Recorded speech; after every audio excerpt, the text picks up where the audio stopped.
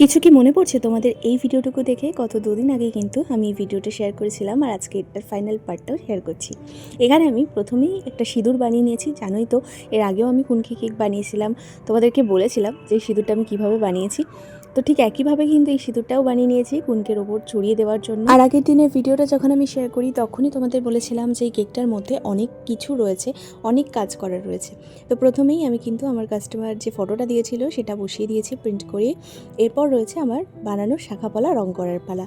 আমি শাঁখাপলা দুটোকে খুব সুন্দর করে বানানোর চেষ্টা করেছি, একদম সেই সোনায় বাঁধানো শাঁখাপলা যেরকম হয় না, ঠিক ওই রকমটা। জানি না কতটা ফুটিয়ে তুলতে পেরেছি, কিন্তু আমার কাস্টমারের কিন্তু খুব পছন্দ হয়েছে এই শাঁখাপলা দুটো।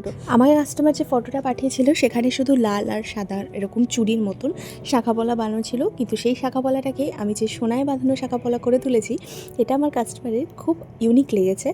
আর এখানে আমাকে কিছু ফ্লাওয়ার অ্যাড করতে বলা হয়েছিল, বলেছিল যে রোজ ছাড়া যে কোনো ফ্লাওয়ার তুমি অ্যাড করতে পারো, মানে অরিজিনাল রোজ ছাড়া। আমি এখানে পিওনি অ্যাড করেছি এবং পিওনি ফুলগুলোকে একটু খুলে খুলেও শুধু পাপড়িগুলো অ্যাড করেছি।